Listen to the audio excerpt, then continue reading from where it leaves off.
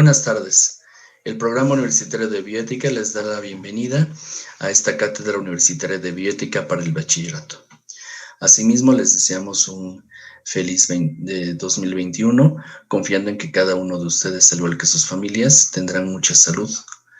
El día de hoy retomamos la cátedra y tenemos el tema de bioética en la investigación y la enseñanza con animales. Y la expositora es la doctora Elizabeth Eugenia Telles Ballesteros, quien es médica veterinaria zootecnista y maestra en Ciencias de la Producción de la Salud Animal por la Facultad de Medicina Veterinaria y Zootecnia de la UNAM. Es doctora en Ciencias con mención honorífica por el posgrado de Ciencias Médicas, Odontológicas y de la Salud de la Facultad de Medicina de la UNAM. Es ganadora del premio Aurora Arnaiz Amigo en 2014 a la mejor tesis de doctorado en bioética titulada Bioética en enseñanza con animales vertebrados en medicina veterinaria y zootecnia, alternativas y competencias profesionales. Sus áreas de investigación en bioética comprenden la zoética y la ecoética. Es profesora de asignatura del Seminario de Bioética en la Facultad de Medicina Veterinaria y Zootecnia desde hace 10 años y es profesora colaboradora del Programa Universitario de Bioética, donde realizó su postdoctorado y es la actual coordinadora de difusión cultural de este programa. Muchas gracias, Eli, y bienvenidos a esta cátedra. Muchas gracias, Ángel. Muchas gracias al Programa Universitario de Bioética. Feliz año para todos los asistentes a esta cátedra. De verdad deseamos que sea de mucho éxito, de plenitud y sobre todo de salud. Y me da mucho gusto estar con ustedes compartiendo este tema. Y bueno, también me da gusto particularmente hacerlo para el bachillerato, para el CCH, puesto que yo también soy una egresada del CCH Sur y en su momento también impartí la asignatura de Ciencias de la Salud en el Colegio de Ciencias y Humanidades, por lo cual me da mucho gusto iniciar el año, pues, por así decirlo, regresando a las aulas virtuales de este nivel educativo. Y entonces, para empezar con esta plática, quiero comentarles que pues la dividí en dos partes, primero hablar de los animales en la investigación y en la enseñanza, y después la parte central de la plática va a versar sobre una propuesta que hemos titulado como la propuesta de las 3 Cs y que forma parte de un artículo que ya fue aprobado para su publicación y esperamos que por ahí de marzo salga en la revista de Bioética y Derecho. Y justo está compuesta por 3 Cs que consisten en ciencia íntegra, criterio objetivo y cultura de cuidado. Y cada una tiene secciones importantes, pero sí quiero comentar que parte de esta propuesta incluye una propuesta ya muy conocida de las 3 Rs. Para los que no lo conozcan, no se preocupen, lo vamos a revisar a lo largo de la presentación. Y bueno, empezamos comentando que los animales se han utilizado pues ya desde hace mucho tiempo, tanto para generar conocimiento como para preparar a las personas en cuestiones de prácticas en la enseñanza. Y claro, existen muchas razones por las que se han utilizado a los animales. Evidentemente es que ya es más rápido, es más barato y ese es un argumento que se ha utilizado mucho. Sin embargo, en la actualidad estos argumentos se pueden ir rebatiendo.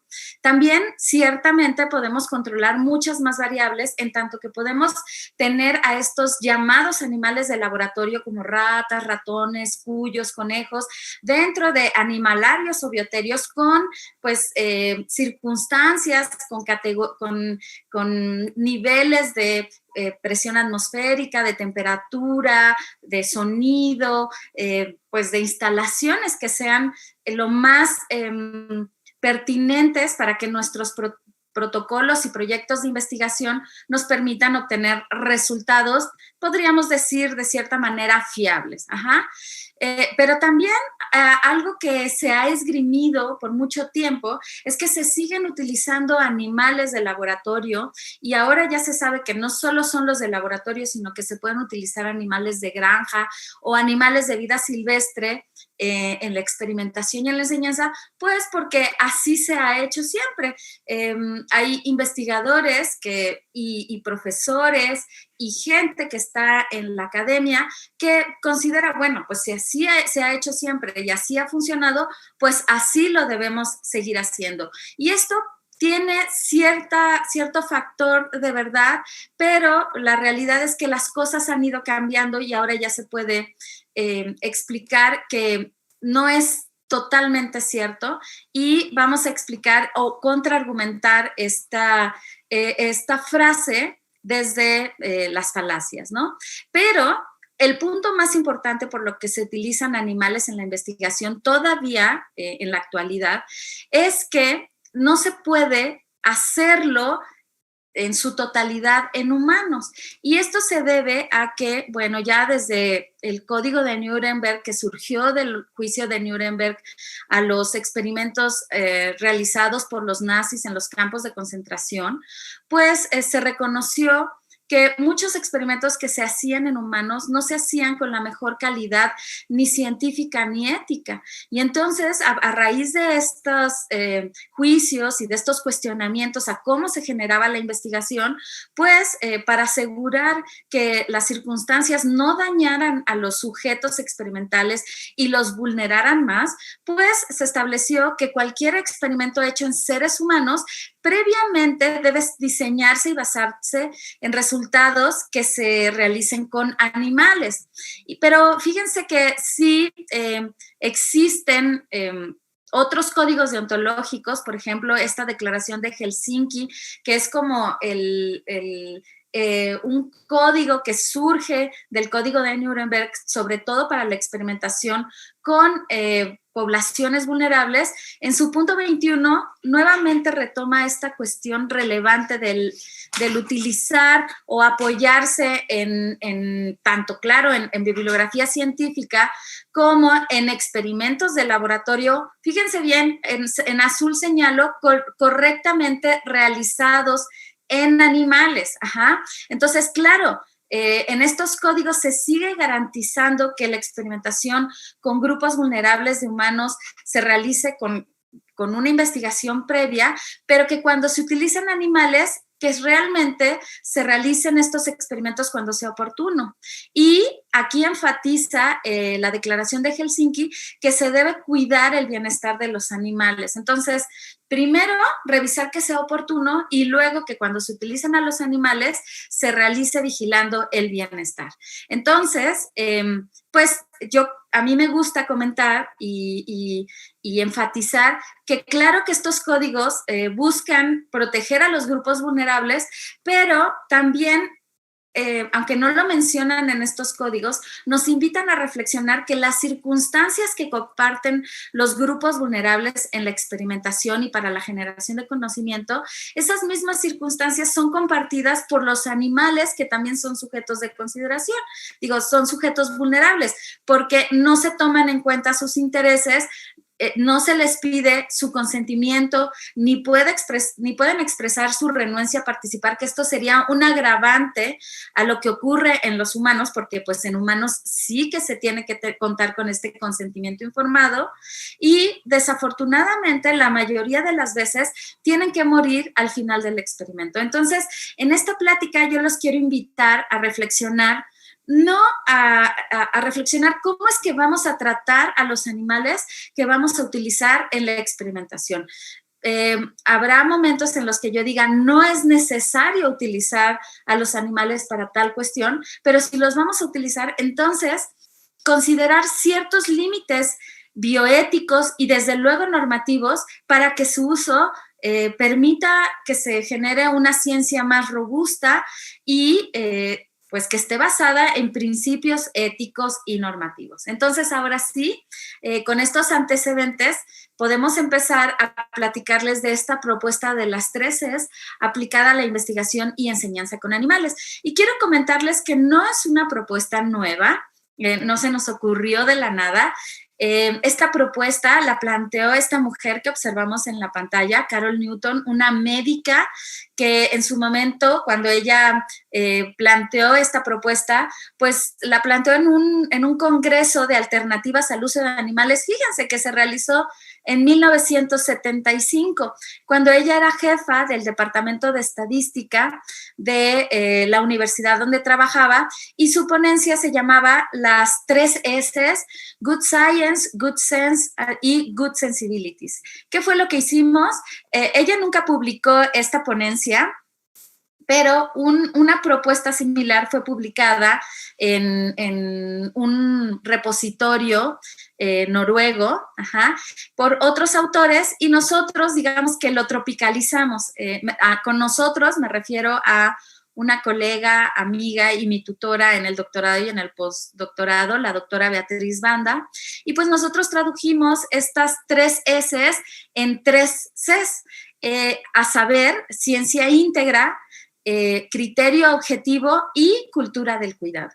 Y estas 3 componentes para realizar una buena praxis en la investigación científica, a su vez también tienen varios elementos que la componen. Entonces, fíjense, la ciencia correcta estaría compuesta por un adecuado método científico, por honestidad cuando se realiza la experimentación y el apego a la normatividad. A su vez, el criterio objetivo pues se compondría de la evaluación retrospectiva para revisar qué se ha hecho, un análisis daño-beneficio de la experimentación y la propuesta de las 3 R's de Russell y Borch, que es tan conocida, de reducción, refinamiento y reemplazo. Y por último, también es importante considerar la cuestión humanística, es decir, una cultura del cuidado, donde la concepción ética y las teorías éticas aterrizadas a la ética aplicada, que es la bioética, nos van a ayudar, y por supuesto este tema central de la ciencia del bienestar animal que mencionábamos desde la Declaración de Helsinki, así como la responsabilidad por parte de todos los involucrados con la experimentación con animales.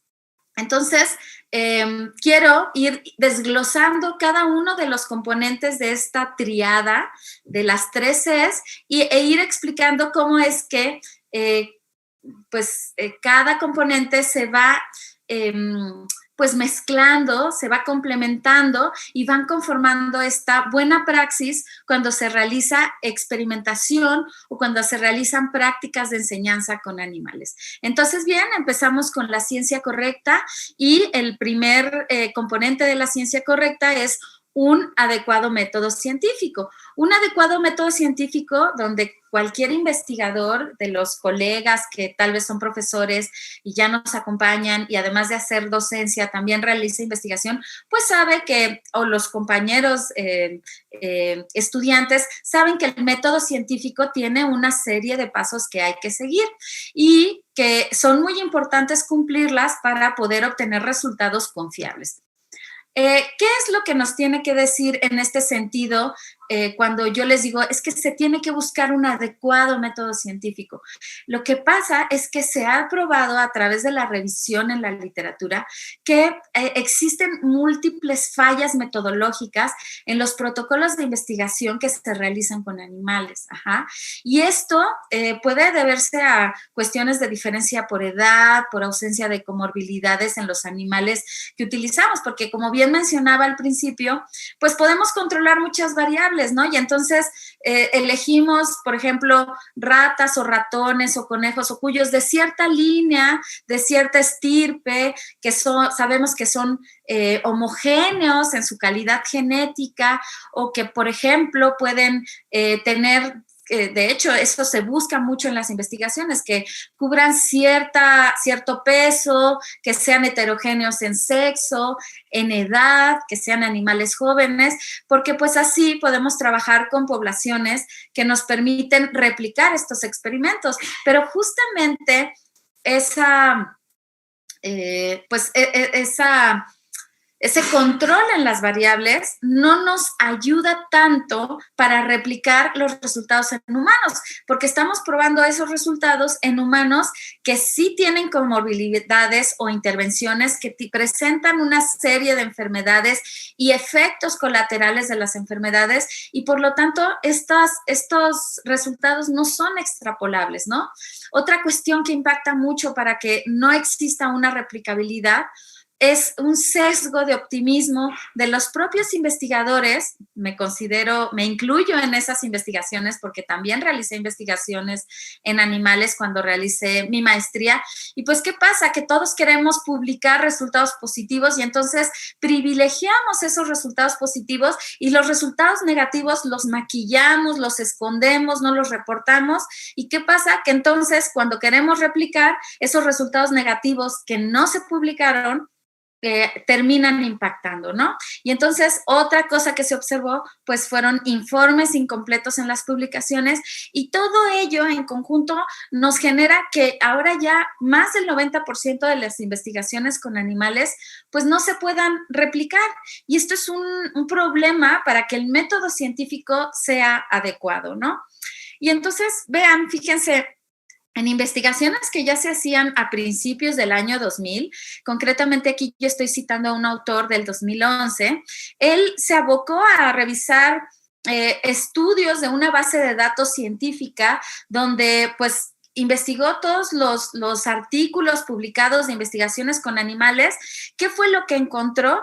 Justo este dato que yo les mencionaba en la diapositiva anterior, que globalmente ahora ya se conoce que en el 2019 y 2020, que es más del 90% de estudios que no se replican de los realizados con animales. Fíjense, él en el 2011 encontró que el 45% de los estudios nunca fueron traducidos en ensayos clínicos, que el 18% de los que fueron traducidos se contradecían con los resultados obtenidos, y que sí, claro, hubo un 37% de estudios replicados, pero fíjense que de ese 37%, el 10.5% fueron solamente esos estudios fueron aprobados para su uso en pacientes.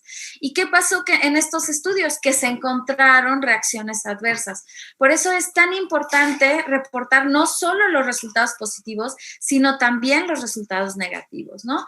Y lo mismo, cuando uno revisa cuáles son los artículos que son citados, porque esa es otra forma de explicar qué tan exitoso es un artículo publicado, qué tantas veces es vuelto a citar. Entonces, fíjense que se encontró que los estudios o artículos publicados con protocolos de investigación realizados en chimpancés, que son pues los animales que son más próximos al humano, para decir, bueno, estos resultados tendrían que ser realmente aplicables, ¿no? Fíjense que la mayor parte de estos artículos pues no volvieron a ser citados, solamente se publicaron y desaparecieron en el limbo de las publicaciones. Después sí hubo 34 artículos citados, pero se encontró que la metodología era deficiente. Y por último, un 14 artículos citados con una metodología pues bien desarrollada, pero todavía habría que revisar si esta metodología que fue bien desarrollada en los animales se podría replicar en humanos, ¿no? Entonces, ¿qué pasa? Fíjense, el año pasado, a finales del año pasado, estuve también actualizándome y buscando webinars sobre el tema de experimentación con animales, y en este webinar, donde la ponente era esta doctora Akhtar, ella nos mostraba estos resultados que nuevamente confirman que algo está pasando con la metodología científica de las experimentaciones. Fíjense, cuando hablamos del tema concreto de problemas a nivel vascular y que causan estos infartos cerebrales, bueno, pues cuando se realizaban las investigaciones con animales, los tratamientos efectivos en animales eran de más de 700 investigaciones, pero luego si pasamos a esta segunda fase donde se probaban en tratamientos clínicos para humanos, los resultados más bien de estos 700 experimentos que sí fueron adecuados en animales, en humanos se trasladaron a alrededor de 150 protocolos de investigación. Pero ¿qué pasó cuando se trató de replicar este resultado positivo en animales? La verdad es que ninguno de estos protocolos de investigación se probó como efectivo. Y otro caso que es muy interesante y que ahora ha vuelto a resonar, que bueno, todo el mundo está emocionado por el tema de las vacunas para ayudar a los pacientes con el virus de la inmunodeficiencia humana, pues nuevamente encontramos las mismas estadísticas que son preocupantes. Fíjense, las vacunas que fueron exitosas o efectivas en experimentos animales, pues fueron en más de 85 protocolos de investigación. De estos 85 solamente se trasladaron a protocolos probados en humanos, pues 30, pero de esos 30, la verdad es que ninguna vacuna ha sido probada como efectiva en humanos. Las que actualmente se están anunciando en las noticias con éxito, con bombo y platillo, que se están aplicando en los humanos, realmente son vacunas que fueron probadas en humanos, ¿no? Que fueron diseñadas en humanos y donde el sujeto experimental central fue el humano, porque estas que fueron probadas en animales no fueron efectivas, lo cual pues nos prueba justamente que estos datos arrojan cuestionamientos importantes sobre qué está pasando con la replicabilidad de experimentos que se realizan en animales y que se prueban en humanos. Entonces, fíjense, desde 1997, en este libro que se llama Ciencia Bruta, aquí les traigo algunos ejemplos de publicaciones. Por ejemplo, este libro del que saqué la gráfica de pastel, donde explicaba el número de investigaciones que fueron realizadas, replicadas, que tuvieron éxito, pero que luego tuvieron consecuencias. La tomé de este libro de Andrew Knight, titulado Los costos y beneficios de los experimentos en animales. Pero la verdad es que se han seguido publicando, y aquí tengo otro caso de literatura. Son libros que tienen así capítulos completos de experimentos realizados en animales que no fueron exitosos. Por ejemplo, de el caso ético contra la experimentación animal del doctor Andrew Lindsay y su esposa. Y recientemente, el último número del Journal Journal Médico de Inglaterra, British Medical Journal, el último número del año pasado, también en la primer nota y en varios artículos de este número se demostraba pues lo que ya les venía platicando, ¿no? Que la investigación biomédica con animales es una base muy débil, muy temblorosa para predecir los beneficios en humanos. Entonces ahí ya nos está alertando sobre, bueno, la comunidad científica se está dando cuenta que no necesariamente el uso de animales en experimentación biomédica, nos va a ofrecer los resultados que todos quisiéramos esperar, ¿no? Y entonces, ¿cuál es la conclusión de mostrarles esta literatura? Pues que desafortunadamente se han desperdiciado vidas animales en investigaciones no concluyentes, ¿no? Entonces, por eso es importante pasar al segundo punto, al segundo componente de la primer C, de ciencia adecuada, ciencia correcta. Y bueno, aquí hay un artículo de este médico estadista que hace estadística, John Ioannidis, y él también se ha dedicado a revisar no solo en investigación con animales, sino en investigación con humanos, pues que existe un problema de honestidad cuando se publican resultados en la experimentación biomédica. Y él decía, fíjense lo que dice en su título del artículo, ¿por qué la mayoría de las investigaciones o de los resultados de las investigaciones son falsos?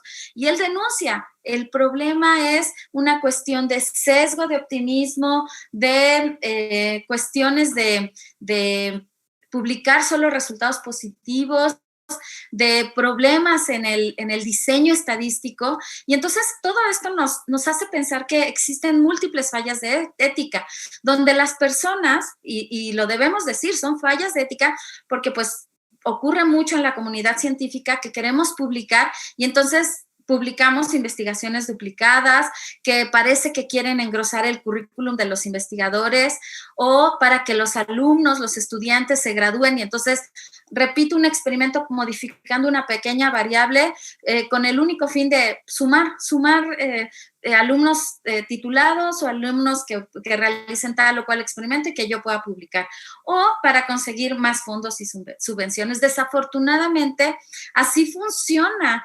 este sistema de publicación de investigaciones. Entonces, no quiero decir que no sea importante publicar. Todos los que hacemos investigación, claro que estamos motivados por publicar, pero lo que es importante en investigación biomédica es que no solo se publiquen los resultados positivos, sino que también se publiquen los resultados negativos.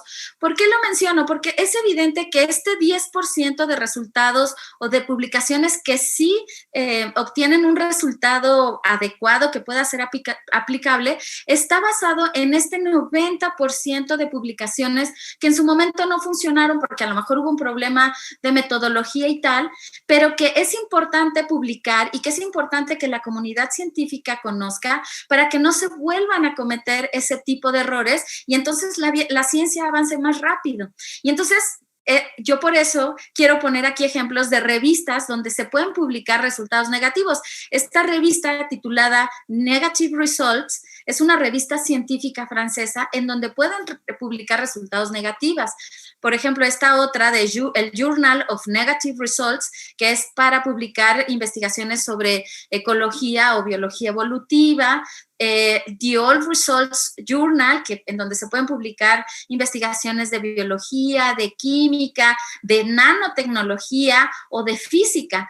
Y incluso si tenemos problemas con el idioma y de pronto se nos complica publicar en inglés, pues existen estas otras revistas, como esta revista de los resultados negativos o no positivos, en donde también permiten pues que se publiquen resultados o artículos en español. Entonces yo creo que eso es muy importante, que se divulguen los resultados, porque como explica este autor, Jaime Teixeira, que es muy crítico de la ciencia, él dice, es que para que se pueda aumentar el nivel de reproducibilidad, se tienen que publicar también los resultados negativos, ¿no? Y entonces por eso es bien, bien importante que cuando uno hace investigación, pues exista en nuestras instituciones estos bancos de datos donde se puedan publicar todos los resultados, no solo los positivos, sino los negativos o nulos. También que se compartan datos, muestras o animales con otros colegas, ¿no? Y analizar ¿por qué es que se tiene que premiar solamente por publicar resultados positivos? Claro, es más importante publicar resultados positivos y para los resultados positivos tendría que haber una categoría de puntos, pero para los que estamos publicando, por ejemplo, resultados negativos, también tendría que haber un cierto incentivo, ¿no? Entonces, analizar cómo es que estamos generando investigación científica. Yo sé que a nivel de bachillerato, no se realizan tantas publicaciones, pero sí que sé que existen estos proyectos de jóvenes investigadores y entonces jóvenes hacia la investigación y pues allí es muy importante que desde estos niveles, como docentes, empecemos a formar a estos estudiantes que están motivados por realizar investigación, pues a reconocer fallas metodológicas y a reconocer resultados negativos y que eso también es parte de la formación de los estudiantes, de los profesionistas y de los futuros investigadores, ¿no? Entonces, que en estas gacetas del CCH se publiquen todo tipo de resultados o que exista este banco de datos donde se puedan, todos los estudiantes puedan consultar qué se hizo, cómo se hizo, qué resultó y qué no resultó. Ajá. Y es que fíjense, con el tema del coronavirus, es que este es un tema que nos ayuda muy bien a ejemplificar lo que está pasando con la investigación, ¿no? Tenemos tantas ganas de publicar porque es el tema de moda, que es un tema que realmente es importante por salud pública y que seguramente está impactando pues a nuestras familias, a nuestros conocidos. Es un problema de salud global, ¿no? Entonces, claro que todos queremos saber qué está pasando, los investigadores están animados a querer publicar.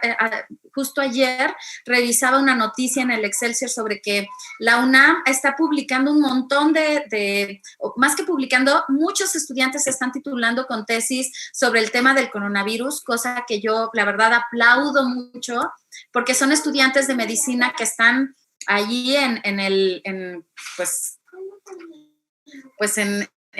este campo de batalla y que están analizando cuestiones como qué está pasando con los pacientes y qué daño renal pueden tener y cada qué tanto deben girar a los pacientes que están intubados para que no tengan úlceras por compresión, qué sé yo, una serie de cosas que son sumamente relevantes y pues que nuestra máxima casa de estudios pues está animando y está sacando información, ¿no?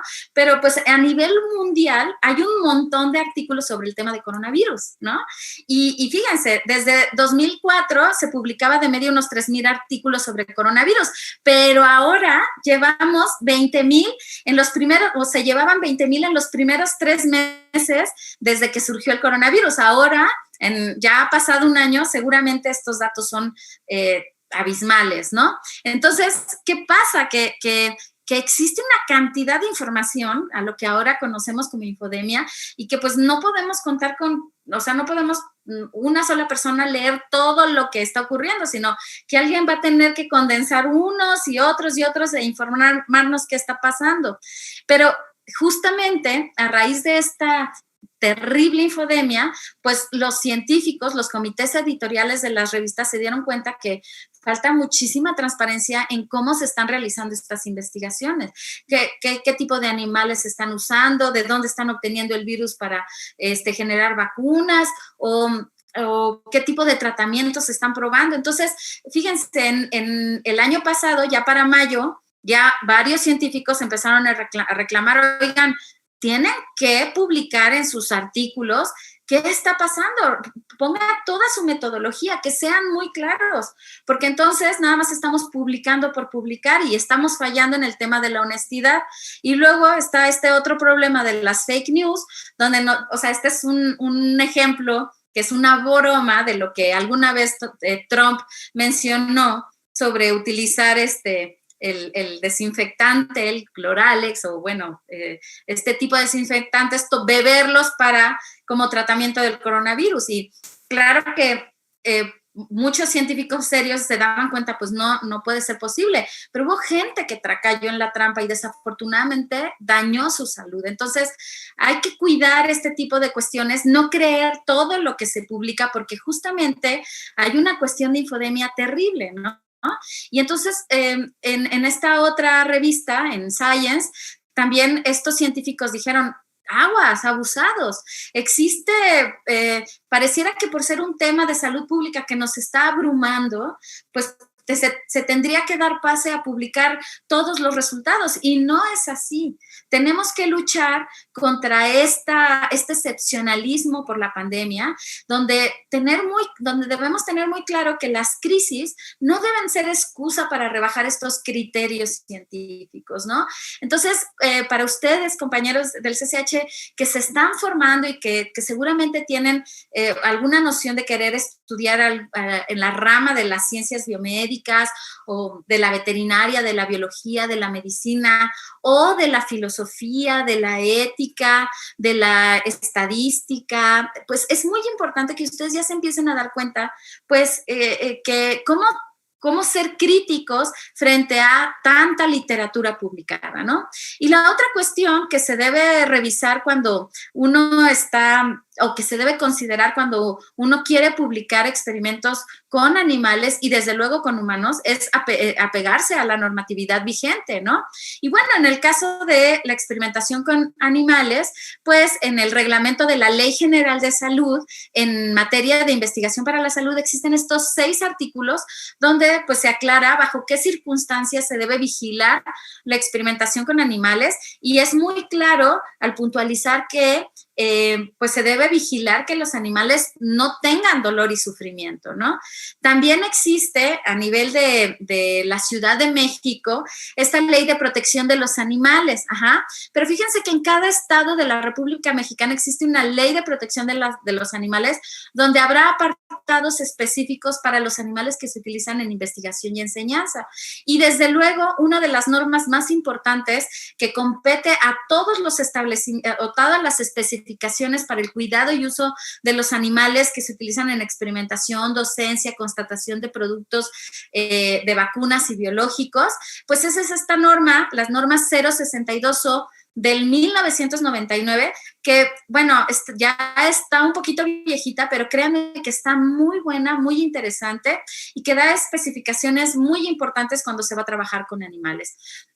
Y bueno, yo quiero comentarles, sé que dentro de los asistentes también hay personas que no viven dentro de la Ciudad de México, pero sí quería mencionar que en la Constitución Política de la Ciudad de México, que entró en vigor desde el 2018, existe un apartado dentro del artículo 13 de Ciudad Habitable, es el apartado B de protección de los animales. Y esta Constitución reconoce a los animales, fíjense bien, como seres sintientes. Y entonces explica que son sujetos de consideración moral, que todas las personas que vivimos en esta ciudad tenemos este deber ético y obligación jurídica para respetar su vida y su integridad, y que su tutela es responsabilidad de todos los que vivimos aquí. Sí es verdad que esta ley, esta constitución, solamente se aplica a la Ciudad de México, pero se está buscando que esta consideración, este apartado de considerar a los animales como sintientes, pudiera ser la pauta para que pues se pueda replicar y pueda volverse pues un artículo que sea de cumplimiento a nivel federal, que sea de cumplimiento para toda la República Mexicana. Bueno, ¿por qué les mencionaba la ley de protección de la Ciudad de México y, claro, de cada estado? Si ustedes revisan la ley de protección de cada estado, del estado donde viven, van a encontrar que va a haber ciertos artículos. Por ejemplo, creo que es el 35 en la ciudad de Tamaulipas, ¿no? Y en estos artículos aclara que solamente se puede justificar experimentos con animales cuando se justifiquen ante comités institucionales de bioética. Entonces, no es que la experimentación con animales se pueda hacer así porque sí, porque se me antojó y porque puedo comprar los animales, sino que tengo que revisar qué regulaciones existen y cómo debo realizarlas. Y entonces, esta ley de protección apela a esta normatividad que es de cumplimiento obligatorio en toda la República Mexicana y que en su apartado 4.2.2 dice, fíjense, cuando una institución realice investigación científica, desarrollo tecnológico, innovación, pruebas de laboratorio y o enseñanza con animales, es obligatorio que conforme un comité que esté compuesto por un equipo interdisciplinar.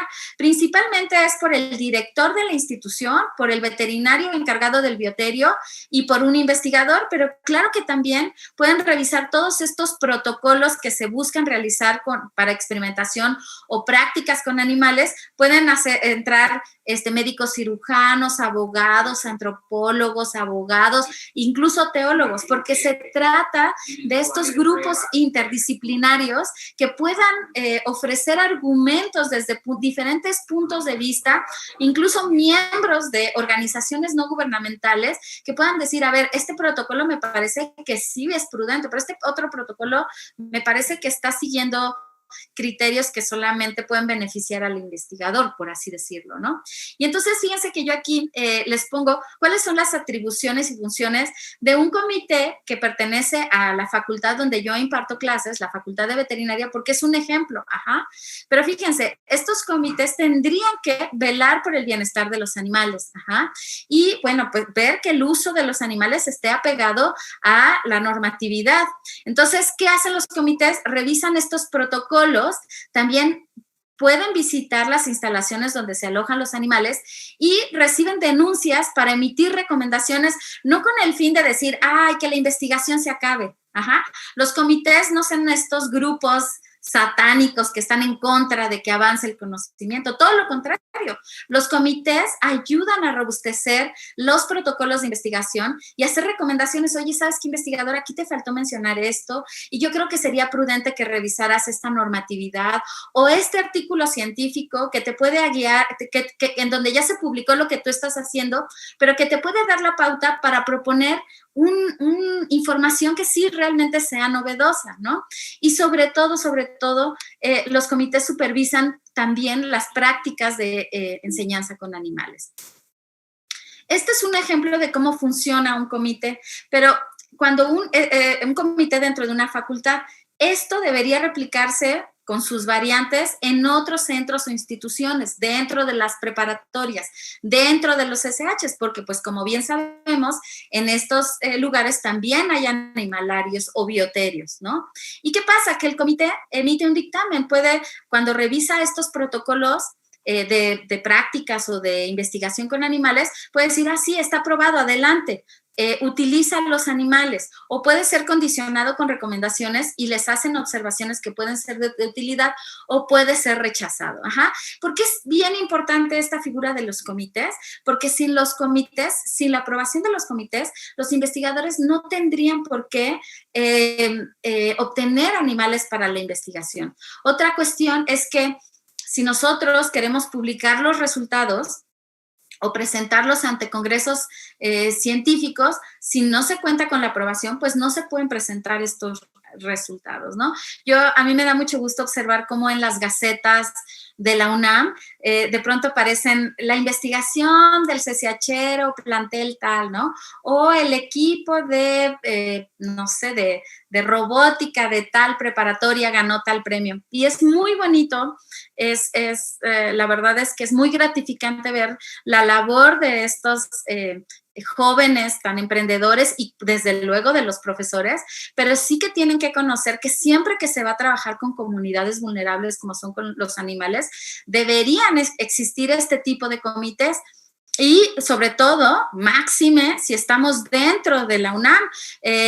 Yo aquí les pongo la captura de pantalla de esta gaceta de hace 2 años, bueno, hace 1 año y medio, 2019, en el que la UNAM acordó la conformación de los comités de ética, entre los que se encuentra este Comité de Cuidado y Uso de Animales para la Enseñanza e Investigación, y que justamente está preocupada por este bienestar animal, por ocasionar un mínimo daño, por la no maleficencia. Y entonces, pues, que yo entiendo que la conformación de los comités puede tomar cierto tiempo, pero que si todavía no ocurre dentro de su centro de trabajo, pues que sí sería muy importante y los invito a que se acerquen al programa universitario de bioética, donde justamente preparamos a futuros miembros de comité para que se puedan conformar estos organismos que son tan importantes para que se haga una ciencia de calidad. Bueno, eso con respecto a la primer C de ciencia correcta o ciencia adecuada. No sé si hasta aquí habrá alguna duda o comentario, Ángel, o me arranco con la segunda C. Hola, sí, hay algunas preguntas. Si quieres te las voy diciendo en bloques de 2 para que tú las vayas contestando. Diego VP dice, el problema de estas experimentaciones sería que no todos los individuos van a reaccionar de la misma manera que en los humanos, por lo que son experimentos inconclusos, ¿no? Claro. Y Big Tot dice, doctora Telles, entonces, ¿con quién sugiere que se realicen los estudios de investigación médica? Y entonces, ¿los comités de ética no son fiables? ¿Cuál es su fuente hablando de la falta de ética? Bueno, la fuente es las revistas que yo estuve citando, donde piden transparencia, donde piden no excepcionalidad. En un artículo que si quieres después te paso, te comparto con Ángel, que publicamos el año pasado, que se llama Cuestionamientos éticos a la generación de conocimiento en la investigación biomédica con animales. Allí cito otras fuentes sobre la falta de ética, y qué bueno que lo cuestiones porque eso es muy importante. Entonces, recuérdame, Ángel, que tengo que compartirte este artículo. Los comités de ética. ¿Cuál es el asunto con los comités de ética? Que estamos empezando, realmente estamos en pañales, como tú observas aquí, en el 2019 fue, digamos que, aunque ya había comités de ética o CICUALES que estaban funcionando en ciertos centros y facultades, por ejemplo, el de mi facultad, que está trabajando desde principios del 2000, hay otros centros donde pues se desconocía, ¿sabes? Existe un problema de desconocimiento de la normatividad. Entonces, si yo no conozco la normatividad, no sé que debe existir un comité. Y entonces, por ejemplo, hace poco recibí una denuncia de un bioterio en la República Mexicana donde decía, es que fíjese, doctor, están publicando estos artículos en revistas científicas de este centro de investigación, pero no existe ni siquiera el CICUAL y el bioterio está terrible. ¿Qué se puede hacer? Entonces, se tiene que trabajar junto con la SADER. La SADER es la que recibe todos los reportes de los bioterios sobre qué tipo de investigaciones se están realizando. La SADER, pues en apoyo con la Senacica, va y visita a esos bioterios, los tiene que certificar y pues dice, bueno, esta investigación está avalada. Ajá. El problema es que justamente mucha gente no lo conoce o lo desconoce. Y por eso es tan importante, digo, no quiero decir que mi plática es la más importante, pero que sí es importante que con este tipo de pláticas la gente se entere de qué es lo que se tiene que hacer y cómo se tendría que hacer. Ajá. Entonces, habrá algunos comités que ya estén funcionando, pero donde todavía no se dan cuenta que se tienen que entregar informes ante SADER, informando pues cuántos animales se crían, se producen, qué tipo de protocolos se están realizando, qué publicaciones se han enviado a revistas, etcétera. Ajá. Y la otra pregunta, la primera pregunta que hizo este compañero, ¿cuál fue, Ángel? Perdón. Sí, era un comentario con pregunta que decía, repito, el problema sobre estas experimentaciones sería que no todos los individuos van a reaccionar de la misma manera que en los humanos, por lo que son experimentos inconclusos. Claro, muy bien, sí, ya me acordé cuál era la pregunta, que decía, entonces, si no se tiene que probar en animales, ¿en quién sugiere probarse, no? Y creo que ya se están adelantando entonces a la segunda C, donde quisiera responder este cuestionamiento. Como adelanto, sí les quiero comentar que pues las mejores estrategias, tanto de prevención como de tratamiento que han tenido más éxito son las que se prueban en humanos y son las que se realizan en los propios humanos, ¿no? Entonces, lo vemos muy claro con el coronavirus. No se trata de estar, aunque claro que sabemos que el coronavirus tiene un origen cuando invadimos el hábitat de los murciélagos y luego el tema del tráfico ilegal de murciélagos y pangolines y luego la situación en los mercados húmedos donde hay animales de vida silvestre y domésticos, donde se combinan, donde pues se genera estas condiciones ideales para las mutaciones de los virus. Realmente la prevención es la mejor estrategia hasta la fecha para tratar o para protegerse contra el coronavirus. Entonces, cuidar lavado de manos, usar cubrebocas, desinfectar superficies, todo ese tipo de actividades son las que mejor funcionan. No es que queramos vivir en un mundo aséptico. Claro, eso no es posible, porque incluso nosotros, los humanos, somos un microbioma, donde existen agentes o bacterias o microorganismos que permiten que existamos, que vivamos, que exista todo este proceso de metabólico dentro de nuestros cuerpos. Pero sí que cuidarnos es la mejor forma. El cuidado de nuestra salud y el respeto a otras formas de vida es la mejor forma de prevenir no solo estas, sino futuras enfermedades emergentes. Entonces, Ángel, si esas son las dos cuestionamientos, me gustaría dar paso a estas. ¿Hay dos preguntas más? Adelante. Dice Manuel Estrada: hola doctora, muy buena ponencia. Mi pregunta es si no es más conveniente también que las grandes revistas científicas tengan más flexibilidad para publicar resultados negativos, porque con los ejemplos que dio, la difusión no sería tan grande. Claro, ¿No eso cree? sería lo ideal. Por eso en una parte de la presentación mencionaba que sería bueno evaluar cómo es que se va a estar premiando a las publicaciones, ¿no? Para que se pudiera dar difusión a todas, no solo a los resultados positivos. Sí, muchas gracias. Sí, y Sirena Mimi dice: debemos empezar a darle a cada quien su lugar. Citar un libro diciendo publicado por el doctor X y su esposa es dejar detrás a ella, invisibilizándola totalmente. Ay, gracias por ese comentario. Sí es verdad, lo voy a tener en cuenta y sí me gusta que los jóvenes cada vez busquen más esa inclusión. A mí la verdad es que todavía me falta más entrenamiento en ese sentido, pero es muy importante considerarlas a todas y a todos, ¿no? Y entonces, claro, Andrew y Claire Lindsay, que publicaron el libro en el 2017 el cuestionamiento contra la experimentación animal. Muchas gracias por ese comentario. Todo ayuda suma, ¿no? Para que las exposiciones cada vez puedan ser mejores. Gracias. Muy bien. ¿Esas son todas, Ángel? ¿Sí? Excelente.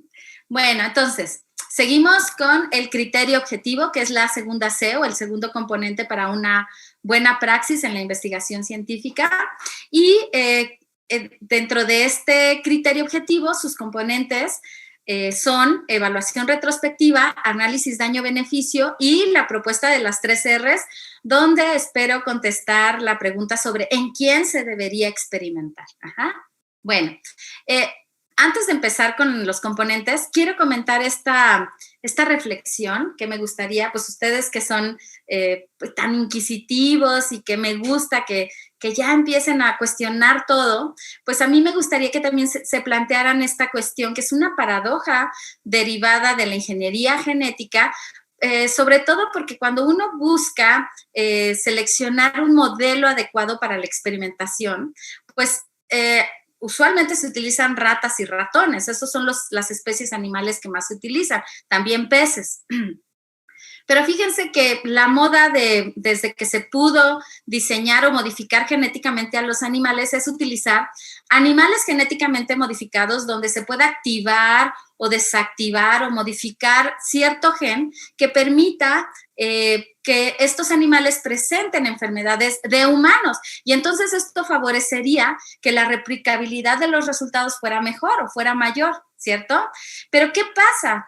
Aquí estamos generando mientras estamos buscando una suerte de eugenesia o de corregir anomalías o de mejorar la salud en los humanos con este tipo de experimentos en animales genéticamente modificados, también tendríamos que cuestionarnos qué estamos haciendo con los animales que estamos modificando, porque intencionalmente estamos modificando negativamente al animal para que desarrolle esta enfermedad o esta situación negativa que lo va a dañar, ¿no? Y entonces estamos provocando una disgenesia. Y es por eso que a mí me brinca mucho que ahora todos los artículos que estamos, muchos artículos que revisamos en la literatura científica sobre experimentación biomédica con animales está realizado en animales genéticamente modificados. Y pues estos animales ni se van a beneficiar con esta enfermedad y todo lo contrario, los estamos dañando. Entonces, es algo que sí me gustaría que se empezaran a cuestionar. Ahora, cuando nosotros queremos tener un criterio objetivo o un criterio lógico o como lo diría Carol Newton, un sentido común, pues tendríamos que hacer una evaluación retrospectiva sobre todo lo que se ha publicado, en torno al tema que queremos investigar, ¿no? Y entonces, yo aquí les pongo nada más un ejemplo. La verdad es que cuando nosotros nos metemos al mundo de la investigación científica, nos damos cuenta que hay una infinidad de buscadores y de formas y de estrategias. Ya a veces hay hasta cursos específicos sobre cómo buscar literatura científica, ¿no? O literatura filosófica o literatura de cualquier tipo, ¿no? Y entonces yo aquí pongo este ejemplo, es la Biblioteca Nacional de Medicina de Estados Unidos. Y entonces si nosotros entramos, existe una forma de buscar, y entonces puedes utilizar el término alternativas al uso de animales, ¿no?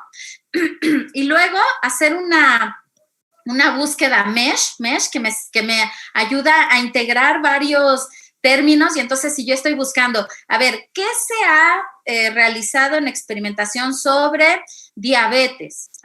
Diabetes en animales, modelos animales, alternativas al uso de animales y que tenga, no sé, células beta pancreáticas y el medicamento que quiero probar. Entonces hago toda esta búsqueda que mezcla todos estos conceptos y me puede sacar una serie de resultados para que yo me dé cuenta, a mí no se me había ocurrido primero, tal vez se les ocurrió a alguien más en Japón o en India o en China, que están tan productivos, ¿no? O en Colombia o en Argentina o en Brasil. Esta, por ejemplo, es otra estrategia de búsqueda y si ustedes se fijan en la liga, esa liga los puede redirigir al video donde se explica cómo se debe realizar esta búsqueda de métodos alternativos al uso de animales.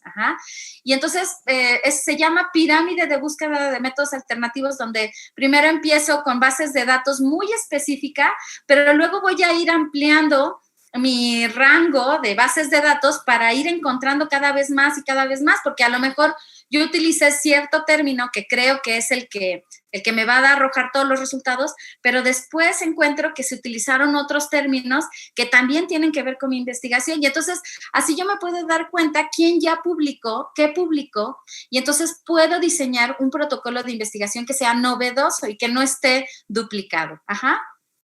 Eso es muy importante. Después, realizar un análisis daño-beneficio. Si ustedes se acuerdan del libro que comenté sobre Andrew Knight, se llamaba Los costos y beneficios de la experimentación con animales, porque fue hasta por ahí de 2013, 2014 que se empezó a cambiar este concepto de costo-beneficio, porque antes se pensaba que pues se tenía que contrastar el beneficio de la investigación contra el costo de los animales. Y pues usualmente un ratón, una rata, pues tendría que tener un costo menor que el avance en el conocimiento, ¿no? No siempre es así. Hay, claro, animales que son muy caros porque están diseñados genéticamente y pues claro, son muy costosos, o a lo mejor los reactivos, o a lo mejor el equipo que se va a utilizar, ¿no? Y muchas personas confundían este costo con la cuestión económica, cuando en realidad el análisis tendría que haber sido como el que se hace en humanos. Análisis riesgo-beneficio. ¿Qué tanto riesgo le está causando al sujeto experimental humano contra el beneficio que se va a obtener, no sé, de una cierta experimentación o hasta de una cirugía, ¿no?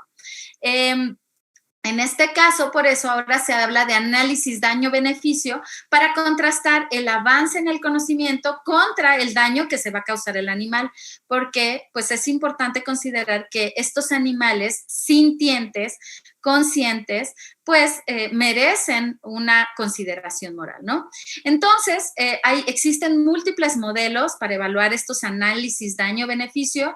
Aquí yo les muestro uno que es el más conocido, el cubo de decisión de Bateson, en donde él decía, bueno, entre más necesaria sea la investigación y mayor beneficio real y directo haya, y menor dolor y sufrimiento se ocasiona a los animales en el protocolo de investigación, pues esto me genera una investigación éticamente aceptable y de hecho este es uno de los modelos en los que se basan los comités de ética para aprobar o no un protocolo o una práctica docente. Si, por otro lado, yo encuentro que ese protocolo causa mucho dolor y sufrimiento en los animales y se trata de una investigación duplicada o de un protocolo que se puede reemplazar, de una práctica de enseñanza que se puede reemplazar con un video o con un simulador y que no me va a ayudar a avanzar mucho en el conocimiento, entonces se trata de una investigación éticamente inaceptable. Este es otro modelo, es un modelo holandés para el análisis costo-beneficio, porque en el momento en el que se publicó publicó, que fíjense, fue en 1994, todavía se hablaba de costo-beneficio, que fue el que yo utilicé en mi tesis para revisar si las prácticas de enseñanza podían ser aceptables o no. Entonces, evalúa desde necesidad de la práctica, la calidad de la práctica y la molestia del animal. Y es como un árbol de decisión en donde si yo veo que la necesidad de la práctica es grande y la calidad de la práctica es buena y la molestia al animal es mínimo moderada, entonces acepto esa práctica. Pero si la necesidad de la práctica es mínima o es moderada y puede mejorar, entonces voy a buscar refinar esa práctica de enseñanza. Ajá.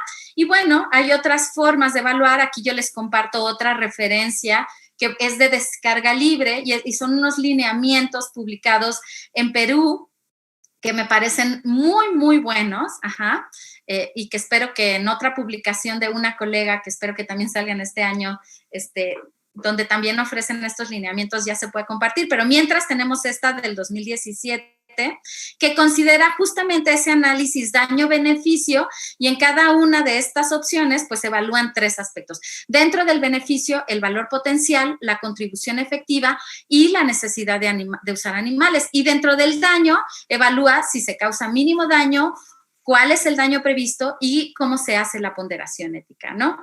Entonces, para evaluar, por ejemplo, el beneficio, como les comentaba, se revisa qué tanto potencial podría tener esa investigación científica.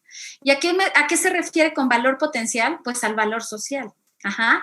¿Qué pasa? Que sabemos que los beneficiarios de las investigaciones pueden ser, no sé, los animales, los humanos y el medio ambiente. Y también habría que considerar si existen intereses involucrados. Por ejemplo, puede haber intereses económicos de cierta farmacéutica o sanitarios o de seguridad, o de conocimiento o de educación. Ajá. Todas estas variables se consideran cuando se revisan los protocolos. Es más, se deberían considerar desde que se diseña el protocolo. Pero ¿qué pasa? Que la mayoría de las investigaciones, el beneficiario es el humano. Ajá. Y desafortunadamente no son todos los humanos, ¿no? Aquí existe un problema bueno, yo mencionaría que la ciencia es antropocéntrica, ajá, es muy especista porque se centra mucho en el humano, ajá, y no en todos los humanos. Acá veo un problema de justicia distributiva, porque como observamos en este libro de un colega y amigo, el doctor Ricardo Páez, él denuncia, ¿no? Fíjense cómo el 90% de los recursos están destinados a tratar enfermedades que afectan al 10% de la población mundial, ¿no? Y es muy triste porque sí, hay países en vías de desarrollo donde todavía hay problemas de enfermedades de tuberculosis, de parasitosis, dengue, etcétera, pero donde no se aboca la investigación científica, sino a las enfermedades de los países que sí pueden pagarlo. Entonces, la esclerosis lateral amiotrófica, el cáncer, el VIH con las serovariedades de las poblaciones europeas, por ejemplo, e incluso el tema del coronavirus, ¿no? Porque aunque sabemos que ahora la vacunación tendría que ser para todo el mundo, la realidad es que la mayoría de las vacunas aprobadas son de países desarrollados. ¿Y a dónde se van a enfocar? Ahora ya, bueno, recientemente vi una noticia donde decía, la mayor parte de los lotes de las vacunas ya están vendidos para los países desarrollados, ¿no? Y acá a México van a ir llegando en lotes y pues primero se va a vacunar a la población prioritaria y ya, bueno, a ver, vamos a ir viendo cómo vamos vacunando a todos los demás, ¿no? Entonces, sí aquí entran otros temas bioéticos, por ejemplo, el de justicia distributiva. Entonces, cuando uno va a realizar protocolos de investigación con animales, sí que debe cuestionarse, a ver, ¿qué tanto va a ayudar y a quién? No significa que si va a ser para humanos no importe, o que si va a ser para evaluar la condición del ambiente no importe, claro que importa, pero sí que tendríamos que asegurar que va a generar un valor social. También otra forma de evaluar el valor potencial de las investigaciones es determinar si la investigación es de naturaleza básica o aplicada. Ajá. No quiere decir que una sea más importante que la otra, no quiere decir que la básica no sea importante, porque no toda la básica se va a aplicar. Ajá. Pero sí es importante reconocer que hay investigación básica que únicamente se realiza para saber, ¿no? Eventualmente a lo mejor se pueden utilizar esos resultados, pero si no se tiene esa certeza, pues entonces priorizar a las que podrían tener mayor aplicabilidad. Nuevamente enfatizo, no es que la investigación básica no importe, porque en realidad la investigación aplicada se nutre de la investigación básica, es un continuum para generar conocimiento, pero pues sí sabemos que hay mucha investigación básica que nunca llega a un, pues sí, a algo que pueda aplicarse y que pueda resolver situaciones, ¿no? Entonces, y cada una de estas investigaciones pues tienen sus pros y sus contras. Por ejemplo, la investigación básica se realiza en universidades con el dinero de los impuestos de la sociedad, y entonces eso es muy importante, ¿no? Y entonces es también por eso tan importante la transparencia en las investigaciones. Y luego tenemos el problema de la investigación aplicada, que, como habíamos comentado al principio de la presentación, presenta baja replicabilidad cuando se trata de investigación con animales, ¿no? Y es que como que estamos muy inmersos en esta idea que yo les comentaba de, pues, que si se deben utilizar animales porque así se ha seguido, porque así se ha hecho siempre, ¿no? Y esto se trata de una falacia de apelación a la tradición, donde no necesariamente se tiene que cumplir que si algo funcionó en el pasado, pues va a seguir funcionando en la actualidad, ¿no? Es verdad que la humanidad, la sociedad, no sé qué pasa con nosotros, que pues decimos, ay, la tecnología nos ayuda mucho, nos sirve para tener cada vez más comodidades, y pues utilizamos, antes a mí me tocaron los cassettes y los celulares esos de tabique, y bueno, ahora ustedes ya pueden tener estas cosas maravillosas de sus playlists en Spotify y teléfonos inteligentes donde traemos toda nuestra vida, ¿no? Y que cuando no los traemos en nuestra bolsa sentimos que estamos perdidos en el limbo de la nada, ¿no? Pero fíjense qué curioso.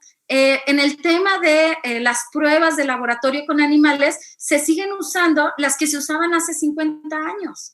Entonces, ahí también debe surgir un cierto cuestionamiento, ¿no?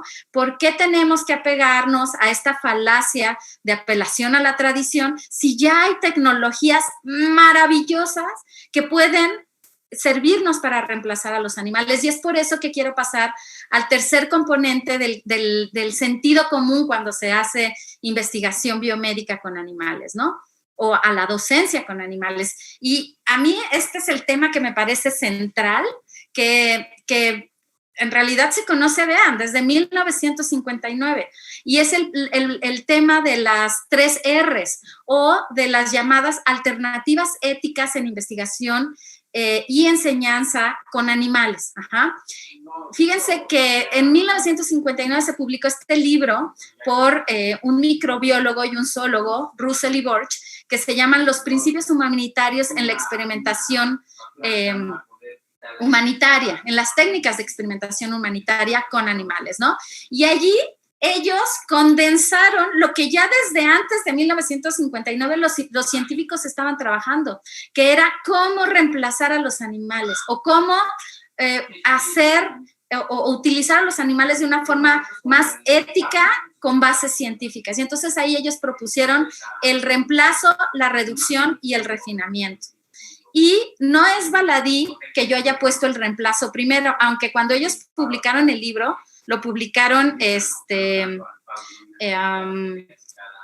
dijeron que primero se tenía que reducir y refinar y luego reemplazar, porque pues en el tiempo en el que ellos publicaron el libro, la tecnología todavía no estaba avanzada, pero sí que ellos entendían que conforme hubiera más avances tecnológicos, iba a ser más posible reemplazar a los animales.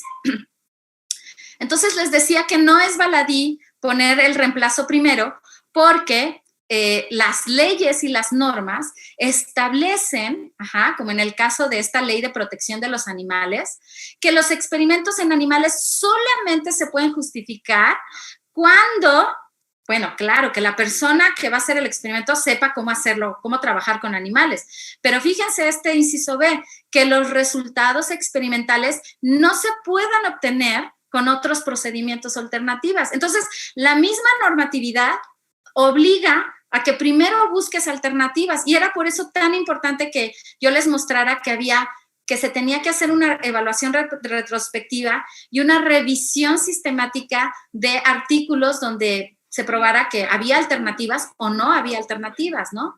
Y en el inciso D enfatiza para el caso de enseñanza que no puedan ser sustituidos los animales por esquemas, dibujos, películas, fotografías, videocintas y cualquier otra alternativa posible. Entonces, creo que por ahí ya voy contestando la pregunta del compañero Hugo, ¿se llamaba? O ya no me acuerdo cómo se llamaba. ¿Sí, Hugo?